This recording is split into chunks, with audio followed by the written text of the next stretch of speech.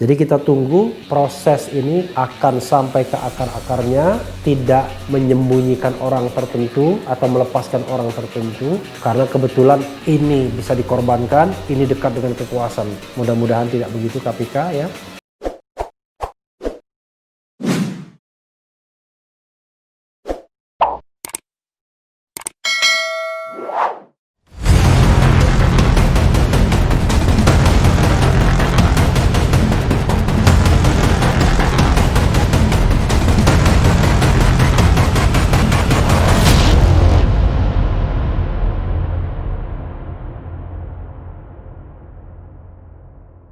Assalamualaikum warahmatullahi wabarakatuh, Sobat RH sekalian. Jumpa lagi kita di channel yang keren ini, Keren Cadas. Kali ini saya duduk aja karena kadang-kadang pegel juga ya.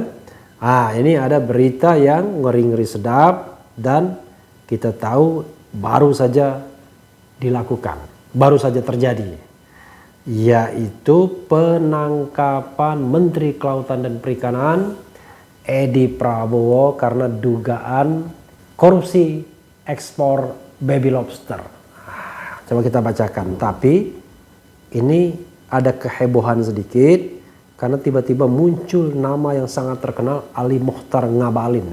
Kira-kira gitu ya.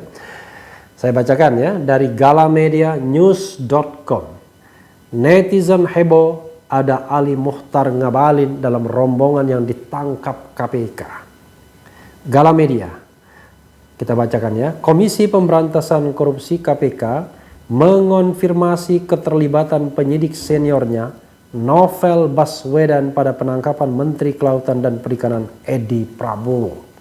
Pada kasus tersebut, Novel bahkan bertindak sebagai Kepala Satuan Tugas Kasatgas.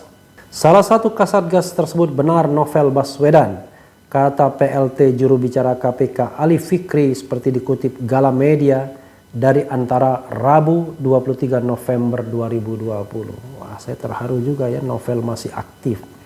Ali mengatakan kegiatan tersebut dilakukan oleh tim KPK atas penugasan resmi dengan menurunkan 3 Kasatgas.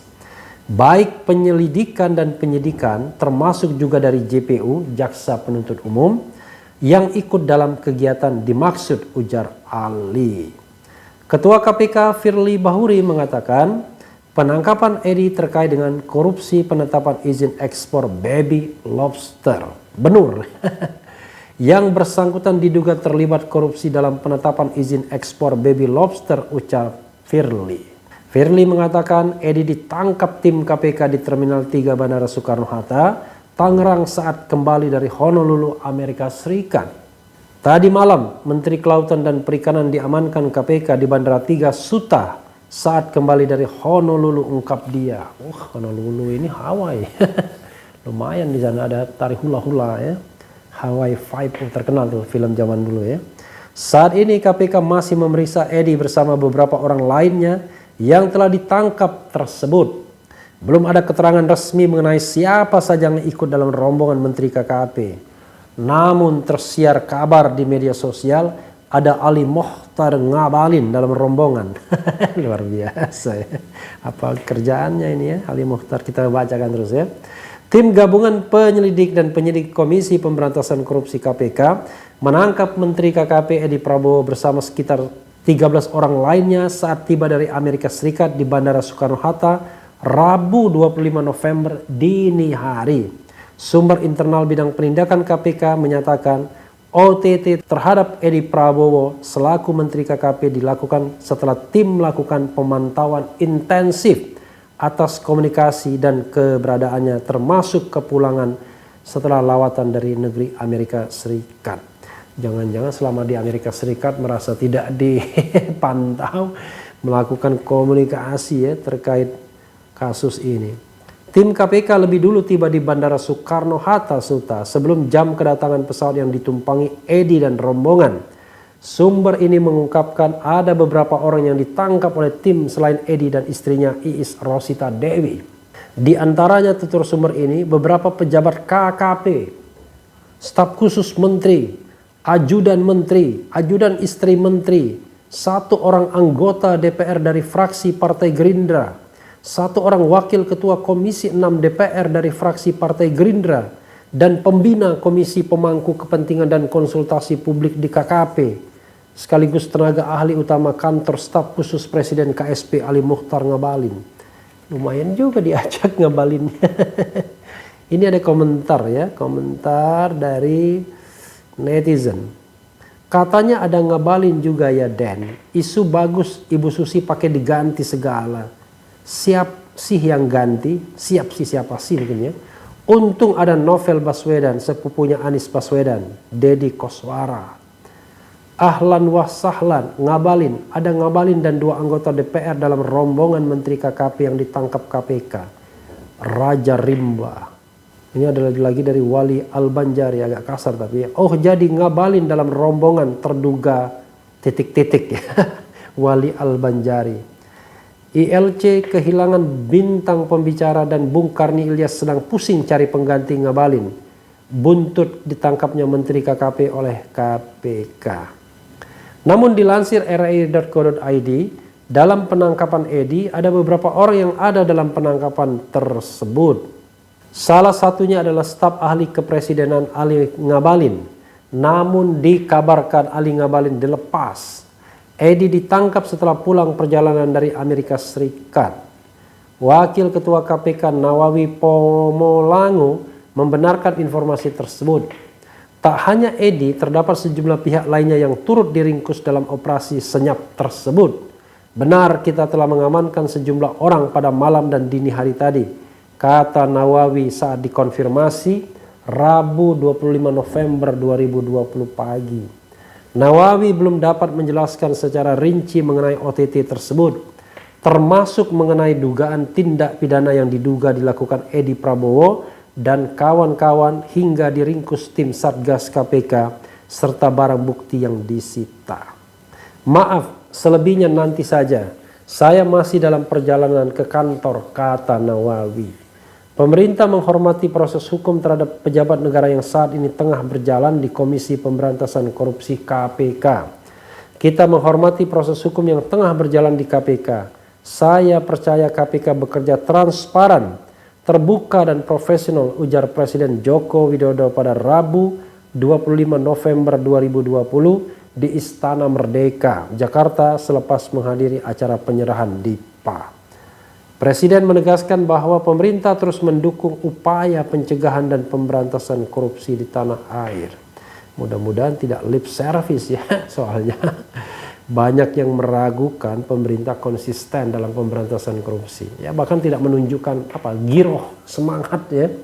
Pemerintah konsisten mendukung upaya pencegahan dan pemberantasan korupsi, tandasnya. Ya jangan mendukung harusnya ya. Pemerintah terus akan berjuang di garda terdepan dalam melakukan pemberantasan korupsi dengan KPK sebagai mitra ya, sejati dan lain sebagainya. Mestinya begitu. Kalau ini kan terkesan tidak mau aktif ambil bagian ya. Jadi sobat era sekalian, sebenarnya ada dua ya yang secara moral bisa kita permasalahkan dari penangkapan dan berita ini ya. Pertama adalah soal kasus korupsi itu sendiri. Lobster benur ya. Sebenarnya kan sudah ribut di mana-mana. Dan konon ada puluhan perusahaan yang baru dibuat, baru dibentuk dan mendapatkan izin untuk ekspor lobster. Dan biasanya kan no freelance, tidak ada makan siang yang gratis. Jadi penunjukan 20 perusahaan tersebut, apakah kosong-kosong saja, apakah penuh dengan tindak pidana suapnya. Kita akan lihat nanti dalam proses penyidikan selanjutnya.